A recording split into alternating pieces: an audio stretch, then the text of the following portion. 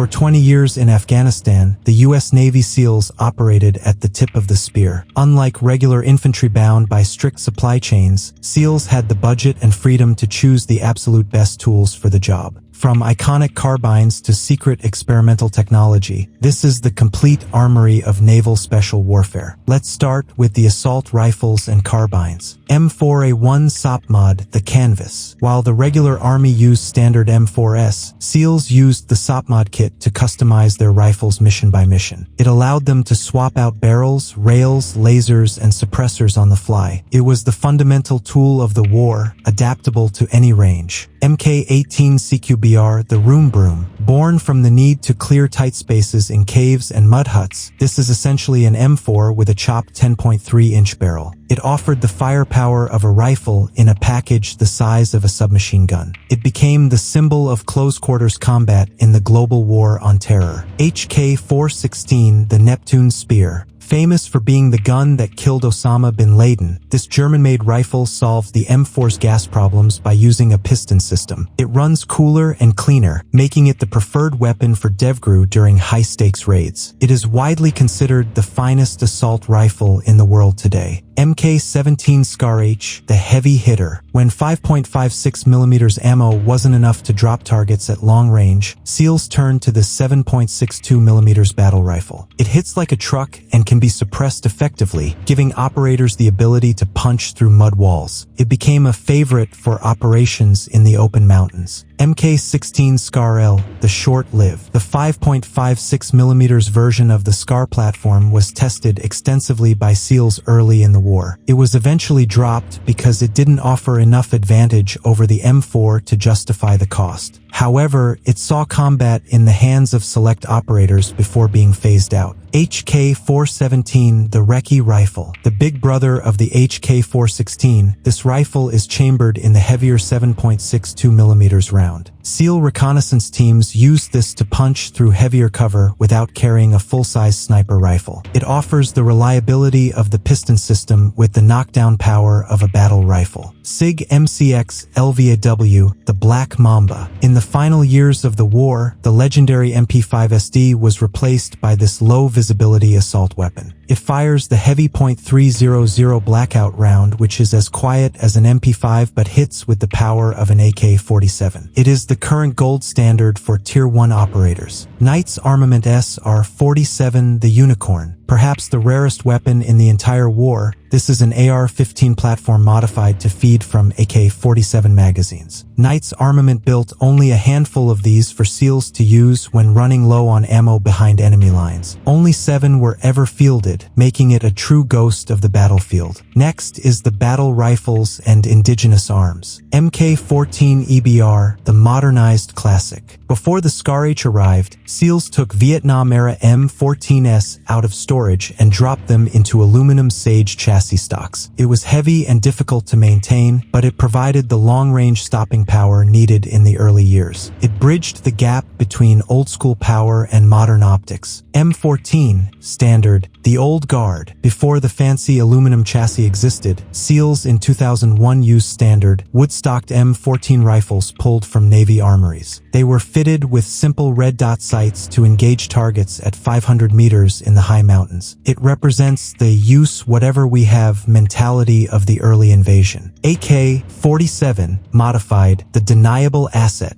SEALs often carried and used the AK-47 when training Afghan commandos to standardize logistics. In some covert operations, using an AK allowed them to blend in with the sound of the battlefield. It was the ultimate tool for plausible deniability. AMD-65, the police AK, a Hungarian variant of the AK-47 characterized by its short barrel and incredibly loud muzzle brake. SEALs training Afghan national police units often carried this to standardize ammunition with their students. Despite being reliable, operators hated it for its deafening noise and massive muzzle flash. Next is the sniper and precision systems. Mk12 SPR, the mini sniper. Designed to bridge the gap between a standard rifle and a sniper system, this 5.56mm precision rifle used match-grade ammo. It allowed a SEAL to make headshots at 600 meters while still being able to fight in close quarters. It was the ultimate overwatch tool for for urban environments. Mk11 Mod 0 SR25, the semi-auto sniper, a 7.62mm semi-automatic sniper rifle based on the AR-10 platform. Unlike bolt-action rifles, it allowed SEAL snipers to engage multiple targets rapidly without breaking their sight picture. It was essential for providing covering fire during chaotic ambushes. Mk20 SSR, the SCAR sniper, the dedicated sniper variant of the SCAR-H, featuring a longer barrel and a non-reciprocating charging handle. It was designed to replace the Mk11 as a more reliable semi-automatic sniper system. It delivers 7.62mm precision fire with the ergonomics of an assault rifle. Mk13 Mod 5, the Punisher, the standard bolt-action sniper rifle of the SEAL teams, chambered in .300 Winchester Magnum. It hits harder and flies flatter than standard rounds, extending a sniper's reach out to 1,200 meters. It is famous for being the weapon Chris Kyle used for many of his confirmed kills. Mk13 Mod 7, the Final Evolution, an upgrade to the standard Mk13, featuring a lightweight Keymod chassis. It was designed to fire the Mk248 Mod 1 ammunition, a specialized round that stays supersonic longer. This extended the effective range of the SEAL sniper well beyond the original design. Macmillan TC338, the long reach. When the target was truly far away, SEALs used this rifle chambered in the massive .338 Lapua Magnum. It bridges the gap between anti-personnel and anti-material rifles, capable of hitting man-sized targets at over a mile. It represents the pinnacle of long-range ballistic capability. Mk15 TAC-50, the Vehicle Stopper, a massive .50 caliber bolt-action rifle designed to destroy engine blocks and radar dishes. SEALs used these from high mountaintops to stop Taliban convoys dead in their tracks. It delivers a payload that can dismember targets at extreme ranges. Barrett M82A1/M107, the Semi-50. While the TAC-50 is for precision, the Barrett is for volume of fire. This semi-automatic .50 caliber rifle allows a SEAL to fire rapid follow-up shots at light armored vehicles or helicopters. It turns cover into concealment, punching through brick walls like they are paper. Mk22 MRAD, the Transformer. Introduced near the end of the conflict, this rifle replaced multiple systems with a single chassis. It allows the operator to change barrels and calibers in the field by unscrewing 2 bolts. It represents the future of SEAL sniping, one gun for any mission. Remington 700, hunting config, the civilian. In the immediate aftermath of 9/11, some SEAL snipers deployed with their own personal hunting rifles because military supply chains hadn't caught up yet. These commercial rifles were used effectively in the early mountains. It represents the Wild West early days of the war. Next is the machine guns. Mk46, the lightweight saw. Standard belt-fed machine guns were too heavy for fast-moving SEAL squads, so they developed the Mk46. It is a stripped-down version of the M249 that removes the vehicle mounting lugs to save weight. It gives a single operator the firepower of a squad. Mk48, the 7.62 solution. When the Mk46 lacked the range to fight across Afghan valleys, the SEALs commissioned this 7.62mm version. It packs the punch of a heavy M240 machine gun but weighs significantly less. It allows a single man to carry heavy firepower on foot patrol. M60E4, Mk43, the Pig returns. While the Army ditched the M60, SEALs kept an updated, short-barreled version for years. It was beloved for its slow, chugging rate of fire, which made it incredibly controllable during sustained firefights. Proved that sometimes the old ways are still effective. M60E3, the lightweight Pig. In the very early days of the invasion, some SEAL teams still carried the E3 variant of the M60 before the Mk43 became standard. It was lighter than the Vietnam version and featured a forward pistol grip. It represents the transition period of SEAL firepower. M240L, the titanium machine gun. Towards the end of the war, SEALs got their hands on this upgraded version of the M240B. By using titanium construction, it shaved pounds off the weight without sacrificing durability. It allowed a single operator to carry a heavy machine gun up the mountains. PKM, the Russian buzzsaw. SEALs operating deep behind enemy lines often utilized captured Russian PKMs.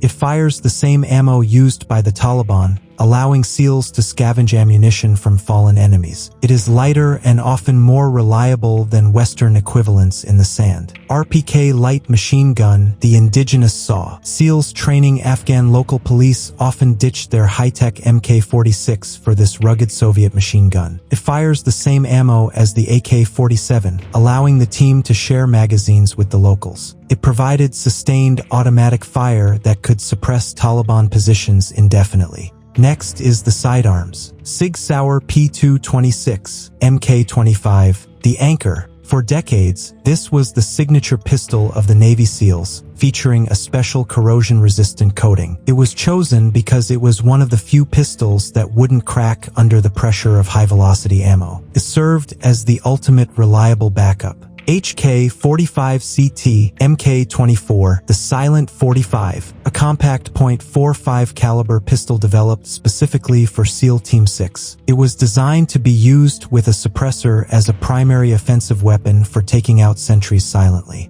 It delivers a heavy, subsonic hit that is quieter than a suppressed 9mm. Mk23 Mod 0, the offensive handgun, a massive .45 caliber pistol from the 90s, fitted with a laser aiming module and suppressor. Designed to be a primary weapon, it was used in the early years despite being jokingly called a crew-served pistol due to its size. It remains a legend of special operations history. Glock 19 Mk27, the new standard. Eventually, even the SEALs succumbed to the perfection of the Glock. Adopted for its lightweight polymer frame and utter reliability, it slowly replaced the heavier P226 in recent years. It is a no-nonsense tool that works every time you pull the trigger. Sig Sauer P239, the concealed carry. When SEALs operated in low-visibility missions, wearing civilian clothes to meet assets in villages, they carried this pistol. It is a single-stack, compact firearm that disappears under a tunic or vest. It was the weapon of choice for intelligence-gathering operations. Glock 26, the Baby Glock.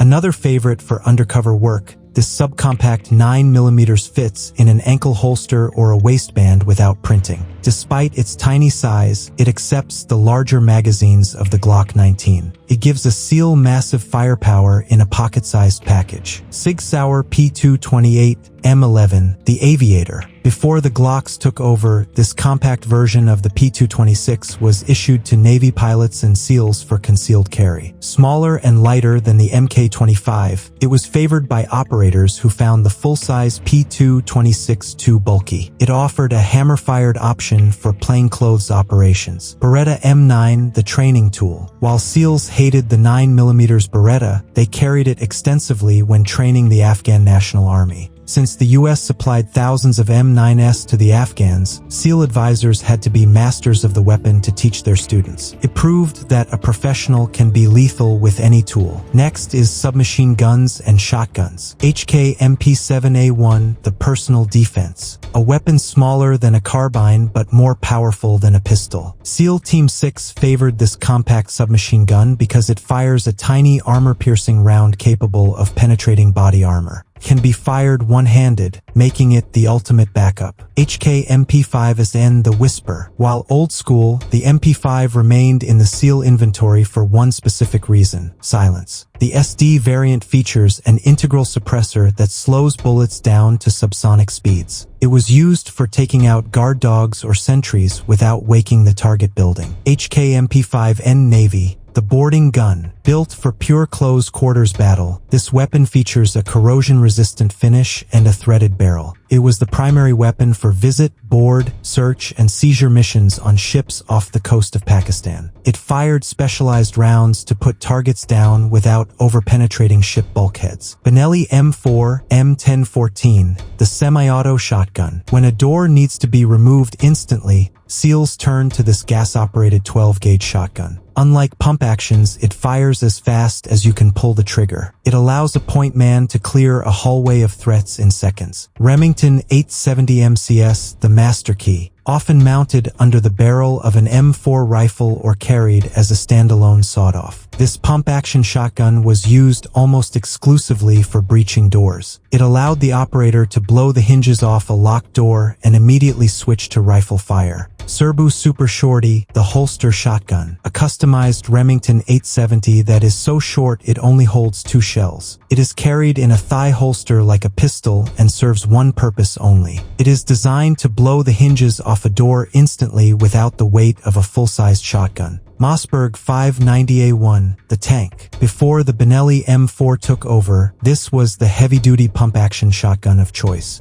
Built with a heavy-walled barrel and metal trigger guard, it was designed to be abused in the sand and dirt. It was the hammer used by point men to smash through locks. M26 Mass, the mag-fed breacher. Designed to replace the Remington Master Key, this underbarrel shotgun solved the reload problem by using a box magazine. It is a straight-pull bolt-action shotgun mounted under an M4. It allowed a SEAL to fire specialized breaching rounds without taking their hand off the rifle. Remington 870, less lethal, the beanbag gun, painted with an orange stock to distinguish it from lethal shotguns. SEALs used these at checkpoints or during prisoner handling to fire Kevlar bags filled with lead shot. It hits with the force of a major league fastball, designed to drop a suspect without killing them. Next is the launchers and rockets. M79, the pirate gun, a sawed-off version of the Vietnam-era grenade launcher, carried in a holster like a giant pistol. SEALs loved it because it was faster and more accurate than underbarrel launchers. It earned the nickname pirate gun due to its wood stock and break-action design. China Lake EX-41, the pump-action thumper, a Vietnam-era experimental weapon brought out of storage for the SEALs. Unlike the single-shot M79, this is a pump-action grenade launcher that holds 4 rounds. It allowed a SEAL to put multiple high-explosive rounds on target rapidly while remaining light enough to carry. M32 MGL, the six-pack, a revolver-style grenade launcher that holds 6 40mm grenades in a rotating drum. Unlike single-shot launchers, it allows a SEAL to rain explosive fire on an ambush site in less than 3 seconds. It provides a small team with the artillery power of a platoon. MK-47 Striker, the smart launcher, an advanced automatic grenade launcher used on SEAL vehicles. It features a computerized fire control system that can program grenades to airburst over a wall or trench. It kills enemies hiding behind cover by turning their protection into a trap. M203/M320, the tube, the standard single-shot 40mm grenade launcher mounted under the M4 or HK-416. While less firepower than the M32 revolver launcher, it is always available to the rifleman. It was essential for marking targets with smoke or engaging enemies hiding on rooftops. MK-13 EGLM, the SCAR launcher. When SEALs adopted the SCAR rifle, the old M203 grenade launcher didn't fit. They adopted the EGLM, which features a trigger that extends down through the rifle's magazine well. It allows the barrel to swivel, letting the operator load longer special-purpose grenades. Simon Rifle Grenade, the door knocker, a specialized grenade that sits on the end of a rifle barrel. Instead of throwing it, the SEAL fires a bullet into the grenade to launch it. It is designed specifically to blast open doors from a safe distance, keeping the breach team away from the blast zone. Carl Gustav Maus, the Bunker Buster, a reusable 84mm recoilless rifle that fires laser-guided or airburst rounds. SEALs used it to level Taliban compounds or destroy enemies hiding behind rocks in the mountains. It is a reloadable pocket artillery piece. MK-153 SMAW, the Marine Rocket. Before the Carl Gustav took over, SEALs utilized this massive shoulder-fired rocket launcher borrowed from the Marines. Designed to destroy bunkers,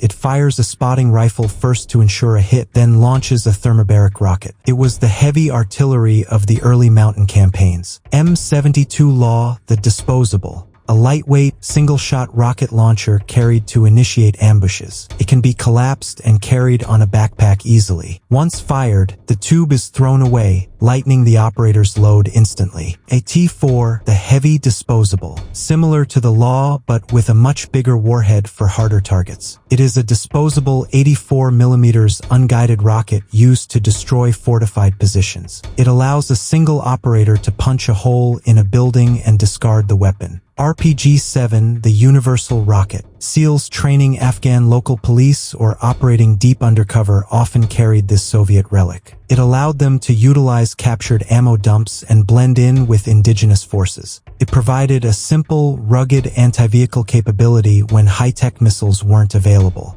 FGM-148 Javelin, the tank killer. While primarily an anti-tank weapon, SEALs used this expensive missile to destroy fortified caves. Its fire-and-forget thermal seeker climbs high into the air and strikes the target from above. It crushes bunkers that rifle fire can't scratch. BGM-71 TOW missile, the wire-guided sniper. Mounted on Humvees, this is a heavy anti-tank missile guided by a wire connected to the launcher. SEALs used it to put a high-explosive warhead through a specific cave entrance from 3,000 meters away. It was their long-range siege weapon before the Javelin took over. FIM-92 Stinger, the insurance. SEALs operating near the Iranian or Pakistani borders carried these man-portable air defense missiles. They provided insurance against potential foreign air intervention or enemy drones. It represents the strategic capabilities entrusted to small SEAL teams. FIM-43 Red Eye, the legacy. In the very early days of 2001, some older stocks of man-portable air defense systems were reportedly carried by teams expecting Russian-made helicopters. While quickly replaced by the Stinger, it represents the scrambling nature of the early invasion. It is a rare piece of combat history. Next is heavy weapons and vehicle support. M134 minigun, the chainsaw. Mounted on SEAL vehicles, this 6-barreled electric Gatling gun fires up to 6,000 rounds per minute. It creates a solid laser beam of tracers that saws through cover and walls. It is the ultimate psychological weapon that ends engagements instantly. U-19 the heavy Gatling. When the 7.62mm minigun wasn't enough, SEALs mounted this 3-barreled .50 caliber Gatling gun. It combines the rate of fire of a machine gun with the destructive power of a .50 cal. It can shred light armored vehicles and turn brick walls into dust in seconds. MK-44 minigun, 7.62mm, the boat gun, specifically the version mounted on the SWCC boats that support SEALs. When SEALs extract via river, this weapon provides the wall of lead that covers their escape. It differs slightly from the land version with corrosion-resistant coatings. MK-19 Mod 3, the Thumper, a belt-fed automatic grenade launcher mounted on vehicles.